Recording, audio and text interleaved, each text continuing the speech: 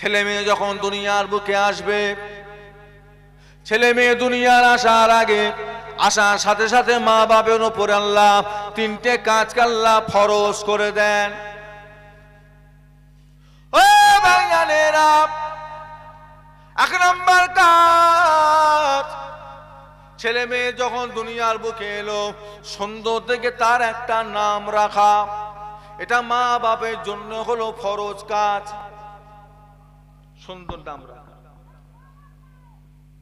লালটু বুলটু না। দ্বিতীয় নাম্বার কাজ হলো যখন ছেলে মেয়ে একটু বড় হবে, কোরআন পাকের তালিম দেওয়া, কোরআন পাকের শিক্ষা দেওয়া। 100টার ভিতরে 95টা ছেলে কোরআন পড়া জানে না, 100টার ভিতরে 95টা মুসলমানের ছেলে দুয়ায়ে কুনুতটাও পড়াও জানে না। এক নাম্বার হলো ছেলে মেয়েদের সুন্দর দেখে নাম রাখা, দ্বিতীয় নাম্বার হলো কোরআন পাকের তালিম দেওয়া, 3 নাম্বার কাজটা হলো উপযুক্ত বয়সটা হয়ে গেলে ছেলে মেয়েদের বিয়ের কাজটা সমাধান করে দেওয়া। ও ভাইয়ানেরা, সময় মতো বিয়ে যদি না দেন, সময় মতো শাদী যদি না দেন, বিবাহ যদি না করিয়ে দেন, ছেলে মেয়ে যত গুনাহ করবে, ওই গুনাহর ভাগীদার ছেলে মেয়ে একা হবে না, মা বাপকেও হতে হবে, মা বাপকেও হতে হবে।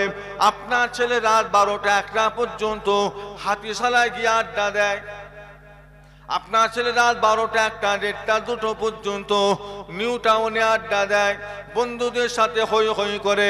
বড় বড় হোটেলে গিয়ে দেখবেন লেখা রয়েছে প্রাইভেট জোন, প্রাইভেট এলাকা, সেখানে আপনাকে ঢুকতে দেওয়া হবে না। ছোট্ট ছোট্ট ঘর করা আছে, শুধু ছেলে আর মেয়ে, ছেলে আর মেয়ে সম্পর্ক তারা জিজ্ঞাসা করে না। ছেলে আর মেয়ে গেলে ওই ঘরের ভিতরে খাবে তারা, পর্দাটা টেনে দেয়, যায় কারা? যদি আপনি 3টে কাজ সমাধান করতে পারেন, সুন্দর দেখে যদি একটা নাম রাখতে পারেন, সময় মতো যদি কোরআনের তালিম শিক্ষা দিতে পারেন, বিবাহটা যদি সময় মতো দিতে পারেন, তাহলে আপনি মারা যাবার পরে আপনার ছেলে 4টে কাজ সুন্দরভাবে করবে। 1 নাম্বার কাজ হলো লাশটা গোসল দেওয়া, কাফন পরিয়ে দাফন কাফন করা। দ্বিতীয় নাম্বার হলো বাপের যদি কিছু ঋণ থাকে বাজারে, ফলের হাট বাজারে যদি বাপের কিছু ঋণ থাকে, ঋণটা পরিশোধ ছেলে মেয়েরা করে দেবে। 3 নাম্বার কাজ হলো বাপ যদি কিছু ওসিয়াত করে যায়, ছেলে মেয়েরা ওসিয়াতটা পালন করবে। 4র্থ নাম্বার কাজ হলো মা বাপ যা কিছু রেখে গিয়েছে, ছেলে মেয়েদের ভিতরে নিজেরা ভাই বোন মিলেমিশে বসে কোরআন হাদিস মোতাবেক ভাগ বন্টন করে নেবে। 4টে কাজ।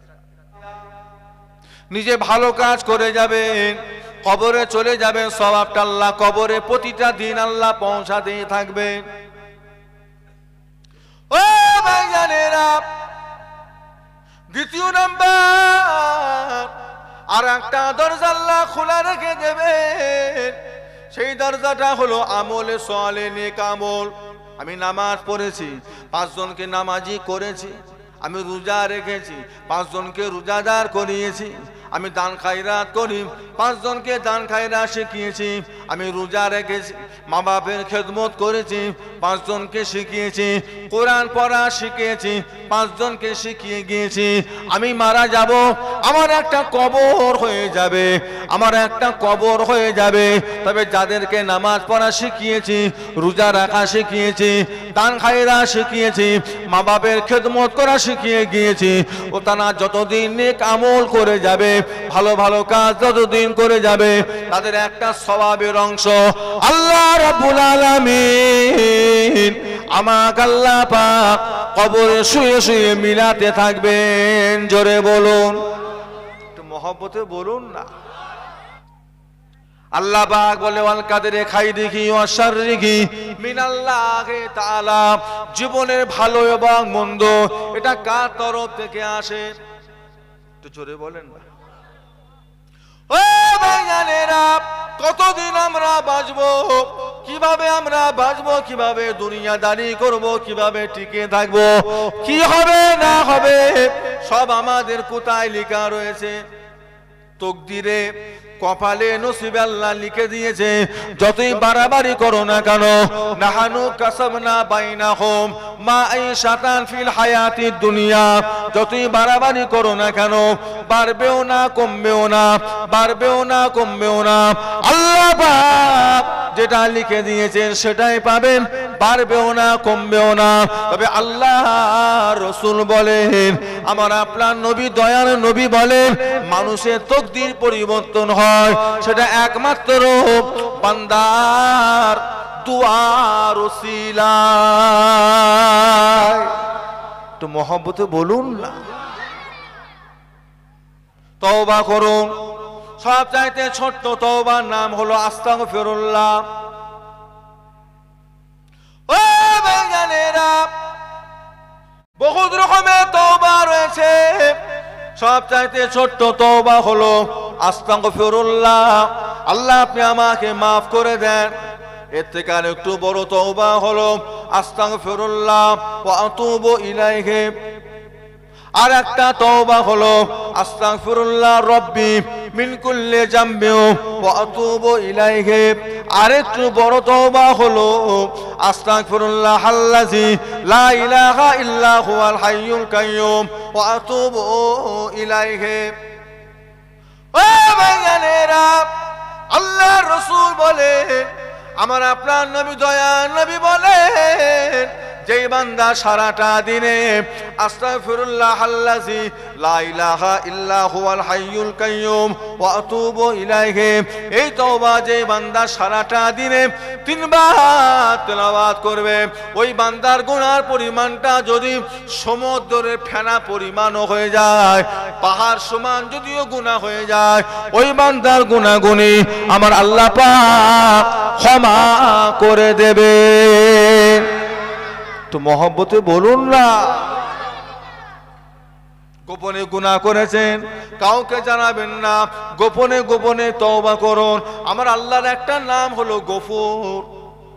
আমার আল্লাহর একটা নাম আছে ইয়া গফুর। গফুর শব্দটা আরবি শব্দ, যে আরবি শব্দটা 3টে অক্ষর দিয়ে তৈরি। গায়েন, ফে, রে। কি হলো? গায়েন, ফে, রে। কি হলো? শুনতে পাই? আরবি কটা শব্দ লাগে? 3টে। গায়েন, ফে, রে। এই গফুর শব্দের অর্থ কি বলেন তো? পারবেন? গফুর শব্দের অর্থ, গফুর শব্দের অর্থ হলো লুকিয়ে ফেলা। গফুর শব্দের আবিধানিক অর্থ হলো ঢেকে ফেলা। গফুর শব্দের অর্থ হলো লুকিয়ে রাখা। আমার আল্লাহ আমাদের গুনাহগুনিকে আল্লাহ লুকিয়ে রাখেন, তাই আমার আল্লাহর একটা নাম হলো ইয়া গফুর। একটু মহব্বতে বলা যাবে। ও ভাইজানেরা, একবার চিন্তা করে দেখে,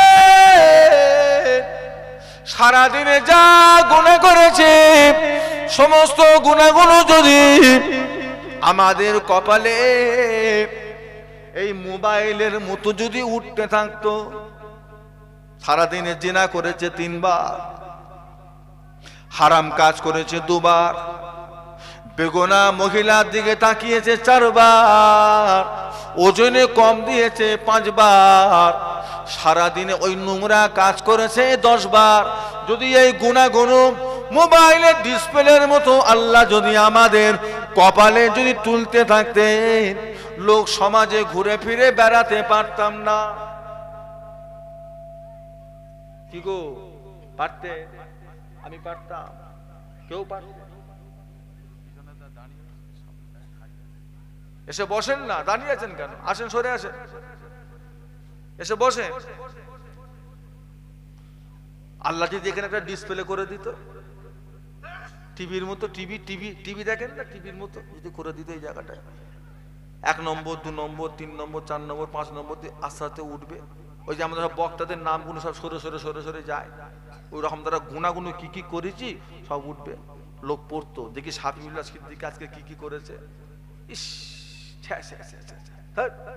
এই লোকের ওয়াজ শোনে, কি কি কপালে উঠছে দেখ, কি কি কপালে উঠছে দেখ। একটা লোকও বসতো না, শুধু মাইকলা বসতো, তার হুজুর বসতো, সব পালাতে, সব পালাতে, শুধু মাইকলার হুজুর দুজনে বসে থাকতো, কমিটিও থাকতো না। দূর হ আস্তাগফিরুল্লাহ, এইরকম হুজুরকে দাওয়াত করে, এত নোংরা নোংরা কাজ সারাদিনে করে বেরিয়েছে, আর সেই হুজুরের ওয়াজ শুনবি? হ্যাঁ, চ বেরিয়েছ, থাকা যাবে না। কমিটিও পালো। সারাদিন আমরা কি কি গুনাহ করেছি, গুনাহ অনুযায়ী যদি শরীর থেকে গন্ধ বার হতো, জিনা করার এই গন্ধ, সুদ খাবার এই গন্ধ, লটারি কাটার এই গন্ধ, আর জিনা করলে তার শরীর থেকে এই গন্ধ, গাল পারলে এই গন্ধ, চকুল করে করলে এই গন্ধ, যদি আল্লাহ পাক এক একটা গুনার যদি এক একটা গন্ধ দিতেন, লোক সমাজে আমরা কেউ ঘুরে ফিরে বেড়াতে পারতাম না। আতর মাখেন না আতর, কি খুশবু। আর যখন বাসে যখন আপনার সামনে কেউ এইভাবে উঁচু করে ধরে আর আপনার নাকটা ওর বগলে ঠেকে, তখন কেমন হয়? ও বাবাজিরা, আল্লাহ পাক যদি আমাদের শরীরে গন্ধ দিত, যে ফজরের নামাজ কাজা করলে এই গন্ধ শরীরে থাকবে, আর জোহরের নামাজ কাজা করলে এই গন্ধ থাকবে, জিনা করলে এই গন্ধ থাকবে, লটারির টিকিট কাটলে এই গন্ধ থাকবে, সুদে কারবার করলে এই গন্ধ থাকবে, হ্যাঁ, চকুলকুরি করলে এই গন্ধ থাকবে, লোক সমাজে বেড়াতে পারতাম? আমার সাথে কথা বলে বেড়াতে পারতে? যত বড়ই দাঁড়ি হোক, যত বড়ই জুব্বা হোক, যত বড়ই টুপি হোক, সারাদিনে আমাদের দ্বারায় কিঞ্চিতের বঞ্চিত কিছু না কিছু অন্যায় হয়েছে না হয়নি? এটা জোরে বলেন।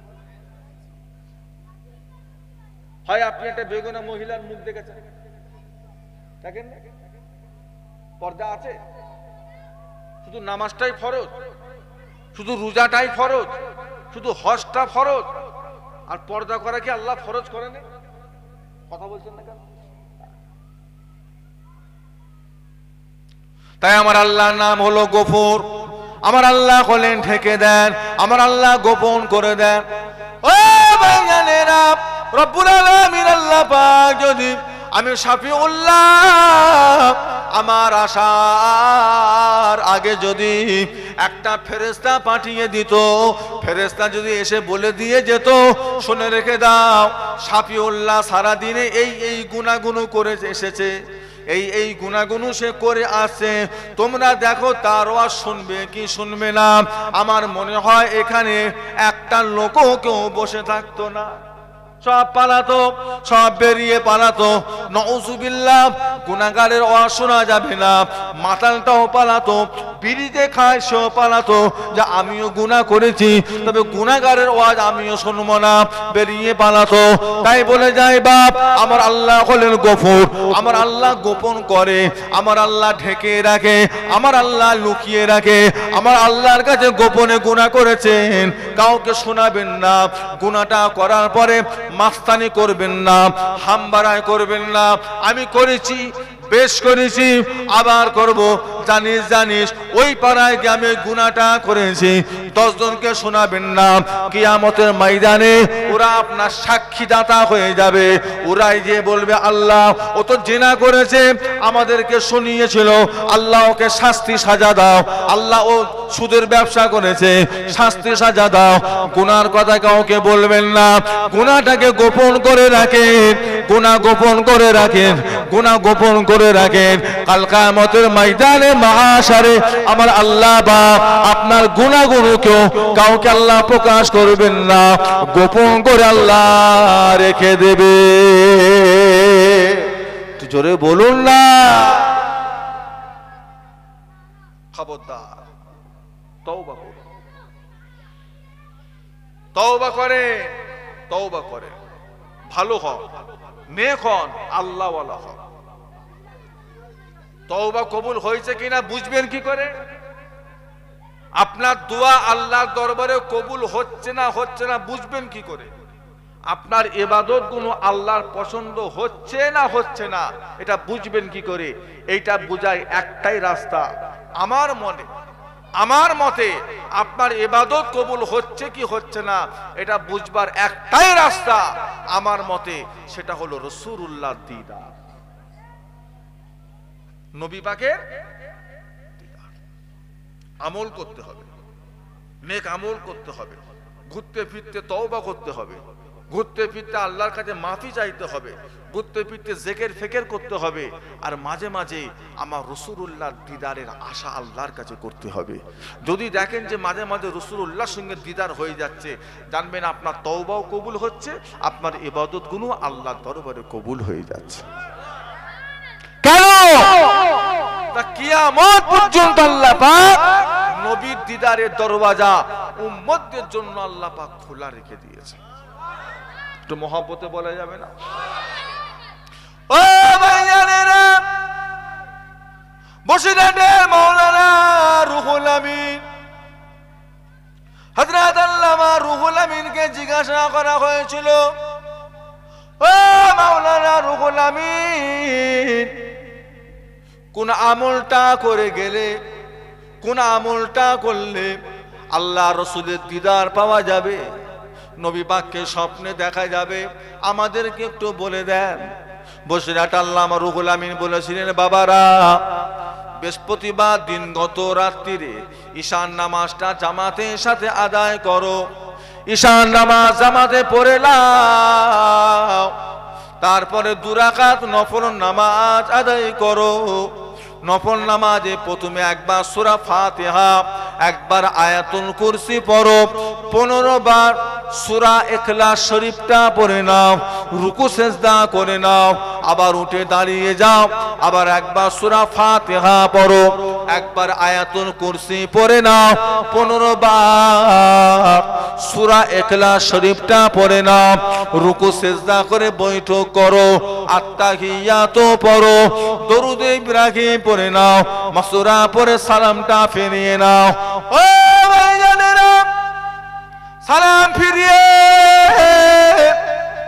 2 হাত তুলে আল্লাহ দরবারে দোয়া চাও, ও রব্বুল আলামিন, আল্লাহ পাক আপনার হাবিবের দিদারের জন্য 2 রাকাত নামাজ পড়েছিলাম, আমার নামাজ কবুল করে লাও, আর আমার সঙ্গে দিন দুনিয়ার বাদশার দিদার নসিব করিয়ে দাও।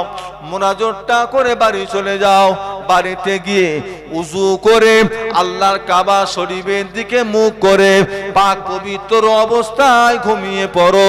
আল্লামা রুহুল আমিন লিখে গিয়েছেন, তোমার নামাজ যদি আল্লাহ দরবারে কবুল হয়ে যায়, তোমার ইবাদত যদি আল্লাহ বড় পছন্দ করে নেয়, তোমার সঙ্গে সেই রাত্রিতে দিন দুনিয়ার বাদশা হাবিবুল্লাহ সঙ্গে তোমার দিদার নসিব হয়ে যাবে। তো মহব্বতে বলা যাবে না? আপনি এমন একটা সিলসিলার উপরে আছে, আপনাকে গ্যারান্টি দেওয়া হচ্ছে। বসিরহাট আল্লামা রুহুল আমিন হুজুর তার কিতাবে আমলটা খামাখাই লিখে যায়নি, খামাখাই লিখে যাননি, আগে নিজে আমলটা করেছে, পরীক্ষায় পাশ করেছে, তারপরে আমলটা খাতায় তেনার কিতাবে। এটা হচ্ছে আল্লাহর ওলিদের বই পড়ার একটা বড় মজা হলো, ওনারা যা তা আমল কিতাবে লেখে না, আগে নিজেরা করে পরীক্ষা করে তারপরে কিতাবে করে। 2 সপ্তাহ করুন না, এই তো শাবানের চাঁদ, শাবান মাসের চাঁদ, আমলটা করুন না। সপ্তাহে একটা দিন, কি বার? বৃহস্পতিবার দিনগত রাত। সপ্তাহের ভিতরে দামি রাত কোনটা? বৃহস্পতিবার দিনগত সবচেয়ে দামি রাত, একটা রাত করুন না আমলটা। বাংলাদেশে শুয়ে আছে আল্লাহ হযরত আল্লামা নিসারউদ্দিন মুজাদ্দিদুজ জামান দাদা হুজুর কেবলার আর একটা খলিফা। তেনাকে জিজ্ঞাসা করা হয়েছিল, ও মাওলানা নিসারউদ্দিন, ও মাওলানা নিসারউদ্দিন, কোন আমল করলে আল্লাহ নবীর দিদার পাওয়া যাবে, কোন আমলটা করলে রাসূলুল্লাহ দিদার পাওয়া যাবে। হযরত আল্লামা নিসারউদ্দিন রহমাতুল্লাহ আলাইহি বলেছিলেন, বাবারা বৃহস্পতিবার দিন গত রাত্রিরে ঘুমোতে যাবার আগে উযু হালতে সূরা কাউসারটা 1000 বার তেলাওয়াত করবেন। সূরা কাউসার 1000 বার তেলাওয়াত করবেন। 1000 বার সূরা কাউসার পড়ে আল্লাহর কাবা শরীফের দিকে মুখ করে উযু হালতে ঘুমিয়ে পড়বেন। তোমার সূরা কাউসার পড়া যদি আল্লাহ দরবারে কবুল হয়ে যায়, তোমার সঙ্গে সেই রাত্রিতে দিন দুনিয়ার বাদশাহ হাবিবুল্লাহ সঙ্গে তোমার দিদার নসিব হয়ে যাবে। একটু মহব্বতে বলুন না, আর কি চান? সূরা কাউসার মানে এত বড় সূরা, তো কোরআন পাকের সবচেয়ে কটা আয়াত? 3টি আয়াত। ইন্না আ'তাইনাকাল কাউসার ফাসাল্লি লিরাব্বিকা ওয়ানহার ইন্না শানিয়াকা হুয়াল। এই 3টি আয়াত 1000 বার যদি পড়েন আপনি বসে বসে, কতক্ষণ সময় লাগতে পারে একটু বলুন না। না 20 মিনিট হবে না। জি, যদি একটু স্পিডে পড়তে পারেন 40 থেকে 45 মিনিট। 45 মিনিট আপনি সূরা কাউসারটা আপনি পড়তে পারবেন। আর যদি একটু ধীরে সুস্থে ধরে 1 ঘন্টা, এমন কোনো ব্যাপার না। সপ্তাহে একটা দিন নবী দেখার লেগে 1 ঘন্টা সময় দেওয়া যাবে না? ও বাবাজিরা, যেদিন আমরা নবীকে দেখে নেব সেদিন থেকে আমাদের কাছে মরণ আনন্দ হবে না আতঙ্ক হবে। কথা বলছেন না কেন? ও ভাইজানেরা, আমি বলি আর আপনি বলেন, যে বলেন না কেন, যত বড়ই নামাজি হোক, যত বড়ই রোজাদার হোক, যত বড়ই আল্লাহ ওয়ালা হোক না কেন, যখনই মনে পড়ে যায় মারা যাব, কবরে একা থাকতে হবে, জানটা কেঁপে ওঠে, জানটা কেঁপে ওঠে। ঘুম থেকে উঠে কবরের কথা মনে পড়ে, আল্লাহ কি করে কবরে একা থাকবো। আমরা তো কোথাকার ছাই। হযরত উসমান গনির মতো মানুষ কবর দেখে কাঁদতেন। ও ভাইজানেরা, আল্লাহ রাসূলকে চামড়ার চোখে দেখেছে উসমান, আমার রাসূলুল্লাহর জামাতা উসমান, তিনিও কবর দেখে কাঁদতেন। এত কান্না কাঁদতেন, কাঁদতে কাঁদতে বেহুশ হয়ে যেতেন। অনেক সময় কাঁদতে কাঁদতে অজ্ঞান হয়ে যেতেন, কাঁপনি এসে যেত। তেনাকে ধরে বেঁধে জিজ্ঞাসা করা হতো, উসমান আল্লাহ রসুলের দরবারে কত কথা শুনেছেন, কাঁদেন, এত কাঁদেন না, কবর দেখলে কেন কাঁদেন? উসমান গনি জবাব দিয়েছিলেন, আল্লাহ নবী সাহাবারা, আমি উসমান যখন কবর দেখি আর কাঁদি, আর আমার মনের মধ্যে হয় দুনিয়া জমিনে একসঙ্গে থাকবো, জাহান্নামীরা জাহান্নামায় গিয়ে অনেক জাহান্নামী একসঙ্গে থাকবে, জান্নাতীরা জান্নাতে গিয়ে একসঙ্গে থাকবে। কবর এমন একটা জায়গা যেখানে একা ছাড়া কোনো সঙ্গী পাওয়া যাবে না, ওই একা থাকবো কি করে, সেই চিন্তাতে আমি কাঁদি। উসমান গনি কবরের চিন্তা করে কাঁদতেন। আল্লাহ নবী সাহাবা, যেই সাহাবা দুনিয়া থেকে জান্নাতের সার্টিফিকেট পেয়ে গিয়েছেন, তিনি কাঁদতেন। আবু বকর কাঁদতেন, ওমর ফারুকও কাঁদতেন। ওমর ফারুকের কান্না দেখে জিজ্ঞাসা করা হয়েছিল, হুজুর আপনি কেন কাঁদেন? আপনি তো জান্নাতি সার্টিফিকেট পেয়েছেন, কাঁদেন কেন? হযরত ওমর জবাব দিয়েছিলেন, ও রাসূলের সাহাবারা, যে আল্লাহ পাক জান্নাতের সার্টিফিকেট দিতেও পারে, সে আল্লাহ পাক আবার জান্নাতি সার্টিফিকেটটাও ছিনিয়েও নিতে পারে। কি কথা, কি কথা! যে আল্লাহ সার্টিফিকেট দিতেও পারে, সে আল্লাহ সার্টিফিকেট ছিনিয়েও নিতে পারে। এখন দিয়েছে বলে হাসবো হ্যাঁ হ্যাঁ হ্যাঁ হ্যাঁ করে, আর যদি আল্লাহ ছিনিয়ে নেয় তখন আমি ওমরের অবস্থাটা কি হবে? তখন তো আমল ছাড়া জান্নাত দেওয়া সম্ভব নয়, তখন আমার অবস্থা কে দেখবে? সেই জন্য আমি কাঁদি। ও ও বাবাজিরা, যেদিন আমরা রাসূলুল্লাহ দিদার পেয়ে যাব, আনন্দ আর আনন্দ, খুশি আর খুশি, মরণটাও খুশি। কেন? রসুল দেখে ফেলেছি, বিশ্বাস হয়ে যাবে মরণের সাথে সাথে আমরা আল্লাহ জান্নাত পেয়ে যাব। একটু মহব্বতে বলা যাবে না? আমল করো, আমল করো, আমল করো। দুটো দিলাম, যার যেটা ভালো লাগে।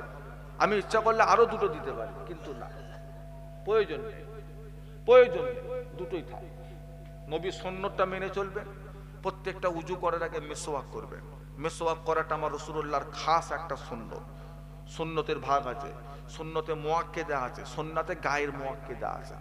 সুন্নাতে মুআক্কেদা, সুন্নাতে গায়ের মুআক্কেদা, সুন্নাতে জায়েদা। গায়ের মুআক্কেদাকে বলা হয় সুন্নতে জায়েদা। সুন্নতের ভাগ আছে। মিসওয়াক করা হলো আমার রাসূলুল্লাহর একটা খাস সুন্নাত। বুঝলে? ঈশার নামাজটা একটু দেরি করে পড়া, এটা আমার রাসূলুল্লাহর খাস একটা সুন্নাত। এগুলো একটু আদায় করবেন। মাঝে মাঝে মসজিদে উঠবার সময়, উজু করে উঠবার সময় দাঁড়িয়ে দাঁড়িয়ে আমার রাসূলুল্লাহকে সালামটা দিয়ে পাঠাবেন। আপনার চিন্তা নেই, সালাম নিয়ে যাওয়ার জন্য আল্লাহ কোটি কোটি ফেরেশতা ছেড়ে রেখে দিয়েছেন। জোরে বলুন না সুবহানাল্লাহ। আমার ভাইজানেরা, বাবাজিরা, দোস্তরা, বন্ধুরা, মানুষ মারা গেলে তিনটে দরজা খোলা থাকে। এক নাম্বার হলো সাদকায়ে জারিয়া, দ্বিতীয় নাম্বার হলো আমলে সালেহ, তিন নাম্বার হলো নেক সন্তানের দরওয়াজা। এটাকে আল্লাহ পাক খোলা রেখে দেবেন। ও ভাইজানেরা, ও নবীর উম্মত, উম্মতিগণেরা, মামা মারা যাবে, ছেলে মেয়েরা মা বাবার কবরটা জিয়ারত করবে। মা বাবার কবরের সামনে গিয়ে কেঁদে কেঁদে বলবে, রব্বে হামহুমা কামা রব্বায়ানি সাগীরা। আল্লাহ পাক আমার মা বাপকে মাফ করে দেন, আল্লাহ পাক আমার মা বাপকে ক্ষমা করে দেন, মাফ করে দেন। এই বলে কান্নাকাটি করে কাঁদবে। মাঝে মাঝে কবর জিয়ারত করবে, সবরেসানি করবে, কোরআন পাক তেলাওয়াত করবে, এতিম মিসকিনদের করে খাবার দাবার দান করবে, মাদ্রাসা মসজিদে দান করবে। এই সমস্ত নফল ইবাদত গুনাহ করে মা বাপের রুগে রুগে বন্টন করে দেবে। আর গিয়ে বলবে, আল্লাহ মাফ করে দাও। যে সমস্ত মা বাপেরা দুনিয়া থেকে কিছু কিছু গুনাহ নিয়ে কবরে গেছিলেন, ছেলে মেয়েদের বারে বারে যাওয়ার জন্য, বারে বারে মাফ চাওয়ার জন্য, আল্লাহ পাক ওই সমস্ত মা বাপগুলোকে কিয়ামতের ময়দানে মাহশারে বেগুনাহ মাসুম করে আমার আল্লাহ পাক দাঁড় করিয়ে দেবে। একটু মহব্বতে বলুন না। ও ভাইজানেরা, ময়দানে মাহশারে কিয়ামতের দিনে কতগুলি বান্দা বান্দি আল্লাহকে গিয়ে জিজ্ঞাসা করবেন, ও রব্বুল আলামিন আল্লাহ পাক, ও রব্বুল আলামিন আল্লাহ পাক, দুনিয়ায় আমরা নামাজ পড়েছিলাম, এত নামাজ পড়ি নাই। দুনিয়াতে আমরা রোজা রেখেছিলাম, তবে এত রোজা রাখি নাই। দুনিয়াতে আমরা দান খায়রাত করেছিলাম, এত দান খায়রাত করি নাই। করেছিলাম, এত করি নাই। আল্লাহ আমাদের নামায় আমালে এত নেকি কে দিল? আমাদের নামায় আমালে এত নেকি কে করে দিল? আল্লাহ পাক ওই সময় কথা বলবেন, ওরে আমার বান্দা বান্দিরা, ওরে আমার বান্দা বান্দিরা, তোমরা দুনিয়া থেকে বিদায় নেওয়ার আগে তোমরা দুনিয়াতে নেক সন্তান রেখে এসেছিলে। তোমাদের নেক সন্তানেরা নামাজ পড়তো, তোমাদের নেক সন্তানেরা রোজা রাখতো, তোমাদের নেক সন্তানেরা দান খায়রাত করতো, তোমাদের নেক সন্তানেরা তোমাদের কবর গুনাহ জিয়ারত করতো, মাদ্রাসা মসজিদ মক্তবে দান করতো, ইসলামে সওয়াব করে তোমাদের রুগে সবরসানি করে দিত। আমি আল্লাহ পাক এই সমস্ত সওয়াবগুলোকে নিয়ে হাওয়াতে উড়িয়ে দিই নাই, এই সমস্ত সওয়াবগুলোকে নিয়ে পানিতে ভাসিয়ে দিই নাই। আমি আল্লাহ পাক ওই সমস্ত সওয়াবগুলো জমিয়ে জমিয়ে রেখে আজ কিয়ামতের ময়দানে মাহশারে তোমাদের এক একজনের এক একটা নেকির পাহাড় হয়ে গিয়েছে। ধরে বলুন না, নারে তাকবীর, নারে তাকবীর, দরুদ শরীফ আল্লাহুম্মা।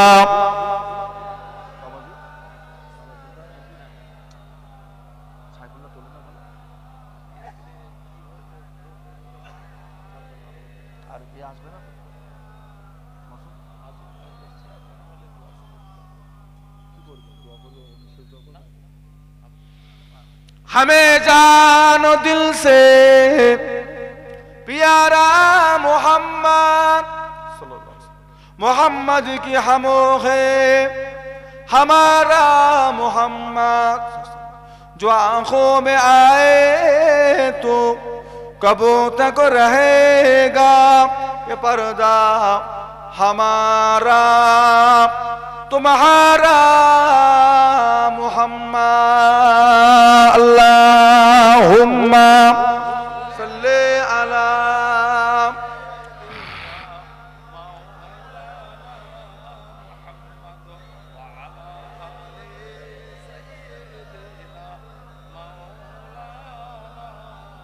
আমার দিনদার ইমানদার নেককার আল্লাহওয়ালা ভাইজানেরা, আমার বাবাজিরা, দোস্তরা, বাপজানেরা, নেক আমল করুন, তওবাতিল্লাহ করুন, দুনিয়ার জিন্দেগিটাকে, জীবনটাকে মূল্যায়ন করতে শিখুন। বড় দামি জিনিস বাপ, এই জীবনটা বড় দামি। কে কতদিন বাঁচবো আল্লাহু আলাম, তিনি ছাড়া কেউ জানে না। তবে সবসময় আমাদেরকে তৈরি থাকতে হবে, জান্নাতে যাওয়ার মতো আমল সবসময় করে যেতে হবে। ও বাবাজিরা, 5 ওয়াক্ত না হয় 3 ওয়াক্ত পড়েন, 3 ওয়াক্ত না হয় 2 ওয়াক্ত পড়েন, 2 ওয়াক্ত না হয় 1 ওয়াক্ত পড়েন, জামাতে পড়ার চেষ্টা করেন, মসজিদে যাওয়ার চেষ্টা করেন, মসজিদে গিয়ে নামাজটা পড়ার চেষ্টা করুন। মসজিদে নামাজ পড়লে কি হয়, নামাজের অভ্যাস আসে, আর ঘরে নামাজের থেকে মসজিদে নামাজ পড়লে নামাজের 27 গুণ নেকি আল্লাহ আরো বাড়িয়ে দেন। জোরে বলুন না। আমি এখন মুক্তাসার করব, ইতি করব, যদি আল্লাহ পাক আবার কখনো তৌফিক দেন আসবো। আপনাদের এই জলসা বড় আদব বলা জলসা। আপনাদের এই জলসায় আমার পীর মোর্শেদ, আমার বড় চাচাজান, আমার কালিমুল্লাহ চাচাজান হুজুর কেবলা দীর্ঘ 36 বছর হুজুর কেবলা আপনাদের মাহফিলে এসেছেন। আমার চাচাজান হুজুর কেবলা এখানে শেষ এসেছিলেন 18ই মাঘ 2রা ফেব্রুয়ারি 2020। হ্যাঁ 2020 তো 2020 হুজুর কেবলা শেষে এসেছিলেন। এখানকার সভাপতি আমার হুজুর কেবলা ছিলেন। আজকে তিনি আল্লাহটাকে সাড়া দিয়ে আমাদের কাছ থেকে বিদায় নিয়ে কবরবাসী হয়ে গেছেন। আল্লাহ পাক আমার চাচাজানের কবরটাকে আল্লাহ যেন নূর দিয়ে ভরিয়ে দেন, বলুন আল্লাহুম্মা আমিন। আল্লাহ পাক আমার চাচাজানের আখিরাতের প্রতিটা মঞ্জিলকে আল্লাহ যেন সহজ করে দেন, বলুন আল্লাহুম্মা আমিন। আল্লাহ পাক আমার চাচাজানের ডান হাতে আমল নামা যেন নসিব করিয়ে দেন, বলুন আল্লাহুম্মা আমিন। আমার হুজুর কেবলার জলসা বড় আদবের জলসা। আমি এসে অনেকক্ষণ বসেছিলাম, অনেকক্ষণ বসে বসে চাচাদের সঙ্গে অনেক কথাবার্তা গল্প গুজব হচ্ছিল বাপ। এখন দোয়া হবে শেষ সময়। আবার আপনাদের সকলের জন্য আমাদের কমিটি ভাইজানেরা কিছু খাবার ব্যবস্থাও করেছেন, সেজন্য বেশি রাত করা চলবেই না। 1টার মধ্যে দোয়া খাওয়া, যাতে আপনারা এক মুঠো খেয়ে যাতে বাড়ি যেতে পারেন। 1টার মধ্যে এখানে বসিয়ে খাওয়ানো হবে, প্যাকেটও নয়, আরামের সাথে বসিয়ে খাওয়ানো হবে। এখন বলেন, এই মাহফিল তো প্রতি বছরই হয়ে আসছে, মাশাআল্লাহ মারহাবা। এবছরও হলো, আল্লাহ যদি তৌফিক দেয় আগামী তো আবার হবে ইনশাআল্লাহ। এত কটা আমার বাপ ভাই বসে আছেন, আমার দোস্ত বন্ধুরা বসে আছেন, এখানে নামাজি মুসল্লিরা সব বসে আছেন। কারো বাপ আছে তো মা নেই, মা আছেন তো বাপ নাই, অনেকের মা বাপ দুজনাই নেই। আল্লাহটাকে সারা দিয়ে কবরবাসী হয়ে গেছেন। তেনাদের রুহের মাগফিরাতের জন্য, তেনাদের কবরের শান্তির জন্য, তেনাদের আখিরাতের নাজাতের জন্য। এত কটা বাপ ভাইদের ভিতরে কেউ আছেন এই মাহফিলটার জন্য সামনে বছরে 2000 টাকার ওয়াদা করবেন? মাশাআল্লাহ। কি নাম? মোহাম্মদ নূর মোহাম্মদ মোল্লা, মাশাআল্লাহ। কোথায় বাড়ি? আমাদের গ্রামেই বাড়ি। উনি আল্লাহ করে আমাদের মাহফিলের সামনে বছরে 2000 টাকার ওয়াদা করলেন, বলুন আলহামদুলিল্লাহ। আল্লাহ পাক আমার বাবাজির ওয়াদাকে কবুল করে নেন, বলুন আল্লাহুম্মা আমিন। যে আশায় ওয়াদা করেছে আল্লাহ ওনার দিলের নেক নিয়তকে কবুল করে নেন, বলুন আল্লাহুম্মা আমিন। আল্লাহ পাক ওনার হায়াতে কিসমতে বরকত দেন, আল্লাহ ওনার সংসারে শান্তি দেন, বালা মুসিবত রোগ শোক থেকে আল্লাহ হেফাজত করেন, বলুন আল্লাহুম্মা আমিন। আর কে আছেন বলেন? আর 2000 টাকা দেওয়ার মতো মানুষ? দেরি করবেন না বাবা, বলেন না কে আছেন? ওই তো হাত তুলে, ওনার নামও নূর মোহাম্মদ ভাই, মাশাআল্লাহ মাশাআল্লাহ মাশাআল্লাহ। আরেকজনা ভাই, ওনার নামও নূর মোহাম্মদ। উনি আল্লাহ করে 2000 টাকার ওয়াদা করলেন, আল্লাহ পাক ওয়াদাকে কবুল করেন, বলুন আল্লাহুম্মা আমিন। যে আশায় ওয়াদা করেছে আল্লাহ ওনার দিলের নেক নিয়তকে কবুল করেন, হায়াতের কিসমতে বরকত দেন, রোগ শোক বালা মুসিবত থেকে আল্লাহ হেফাজত করেন, বলুন আল্লাহুম্মা আমিন। আল্লাহ পাক ওনার সংসারে আল্লাহ শান্তি দেবেন, নেক দিলে ওনার অন্তরের নেক নিয়ত গুণকে আল্লাহ আপনি কবুল করে নেবেন, সকলে বলুন আল্লাহুম্মা আমিন। আর কে আছেন বলেন? আর 2,000 টাকা দেবার মতো মানুষ কি নাম? সোলেমান চাচাজি, নবাজ সোলেমান চাচাজি, উনিও 2,000 টাকা। আর আপনার নাম? মোহাম্মদ আরশাদ আলী। আরশাদ আলী বাবাজি আমার, উনিও 2,000 টাকা। 2,000 টাকার ওয়াদা আল্লাহ কবুল করে নেন, বলুন আল্লাহুম্মা আমিন। যে আশায় ওয়াদা করেছে আল্লাহ দিলেন নেক নিয়ত কবুল করেন, হায়াতে কিসমতে বরকত দেন, রোগ শোক বালা মুসিবত থেকে আল্লাহ হেফাজত করেন, বলুন আল্লাহুম্মা আমিন। আল্লাহ পাক নাদের হায়াতে বরকত দেন, দিলেন নেক নিয়তকে আল্লাহ কবুল করে নেন, বলুন সকলে আল্লাহুম্মা আমিন। আর কে আছেন বলেন? আর 2,000 টাকা দেবার মতো মানুষ, যে 2,000 টাকা আল্লাহর রাস্তায়। এত কটা বাপ ভাইদের ভিতরে মা বাপের রুহের মাগফিরাতের জন্য এবছর দিতে হবে না, আল্লাহর দেওয়ায় সামনের বছর দেবেন।